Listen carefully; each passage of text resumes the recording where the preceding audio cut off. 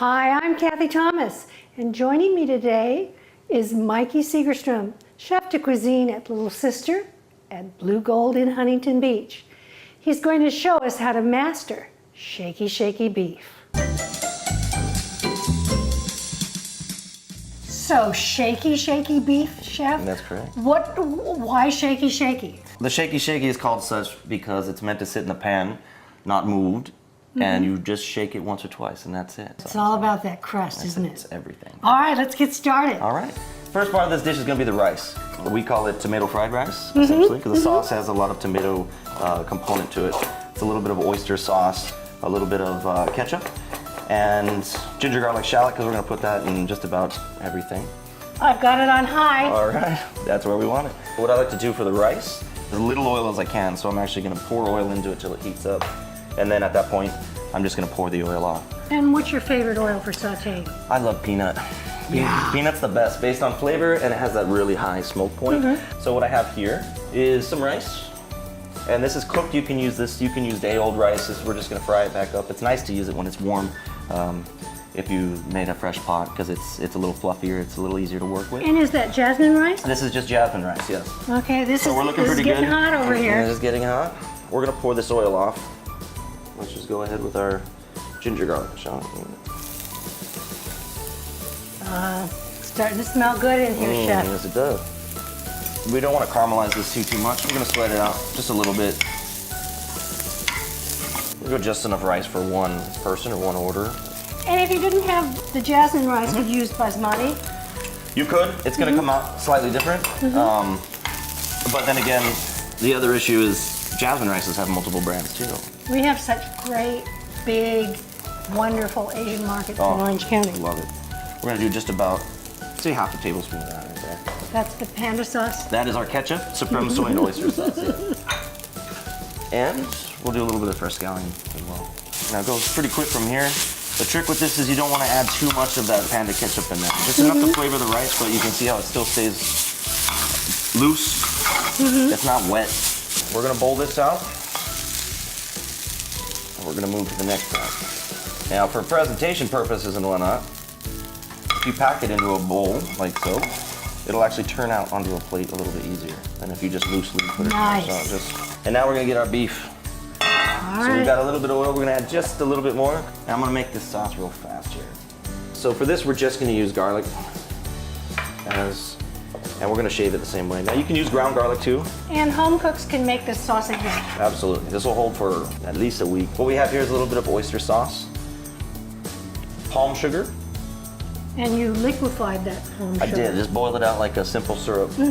That way you can measure it. So water, palm sugar. That's it. Boil it out, and that's it. This is some of that supreme soy that we discussed. Dark mushroom soy as well. And this is fish sauce. The brands make a huge difference with fish sauce. Right. So what we have here is tenderloin. So cut in nice 1-inch chunks or so. And this is only marinated in salt, black pepper, white pepper, and lime juice. All right. Okay. And that can be marinated in advance as well, even overnight, it's fine. I don't want to touch it or move it or mess with it, it's just like fish. Just walk away. That's it. We want to go for a perfect medium rare on these, and so because they're small like that, it'll happen pretty quickly. But you also want that nice sear on one side. We're going to shake it, toss them all around, and then we're going to hit it real quickly with the sauce. And then we want to mount it with some butter, because it tastes good. Because it tastes good, yeah, exactly. Because we have to realize that Vietnamese cooking was influenced by French cooking. Absolutely, yeah. So there's butter that shows up here and there. So let's give this a shake. And that's it. You shake it a little bit. We're gonna go right in with our sauce. And you don't want to do too much because we're gonna end up just with a nice glaze. And it looks like it may end up salty, because you're looking at all these soy sauces and fish sauces, all of those pretty salty. Now you can, if you just let this roll, it's either gonna get too salty or it's gonna burn. Hence the butter and the lime juice is what's gonna pull all that together. And that's gonna even everything out, balance everything out. Here comes the butter. Here comes the butter. And we'll do just a tiny splash of lime juice. And you've had this on high heat the whole time. Just straight high heat, yeah. So you gotta kind of stay with it. The last thing we're gonna do is build a salad. I like to use watercress. I like the peppery elements to it. And then we're gonna use just some shaved red onions. And then we have some heirloom cherry tomatoes. For the dressing, we're gonna use our nakjam, which is a variation of a fish sauce. A lot of lemon, lime juice, vinegar, sugar. And this we're just going to toss. We have rice.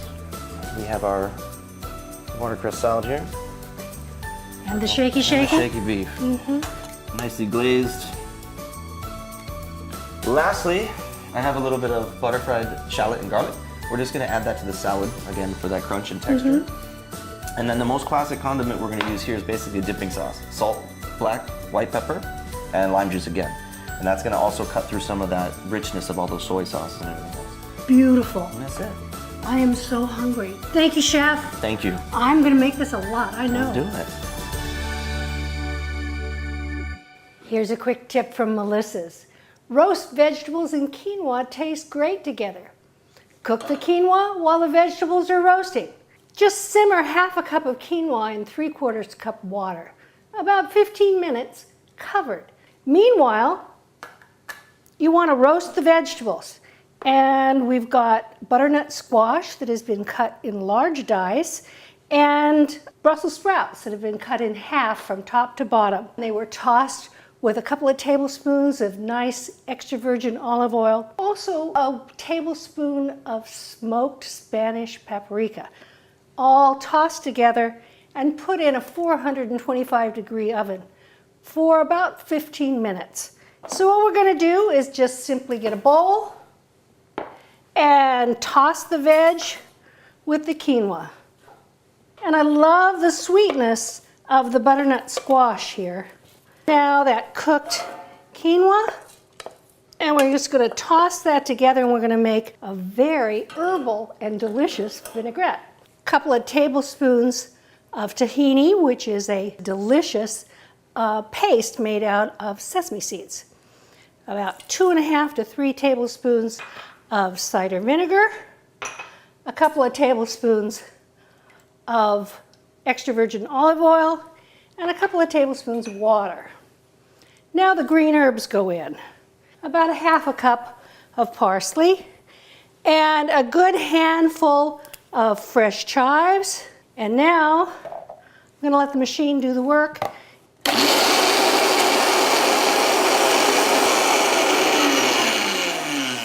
And I'm just gonna give it a little taste. Right now it tastes a little acidic, but when it gets with the sweetness of the vegetables and the quinoa, it's gonna be really good. I'm gonna add a little salt and a little pepper.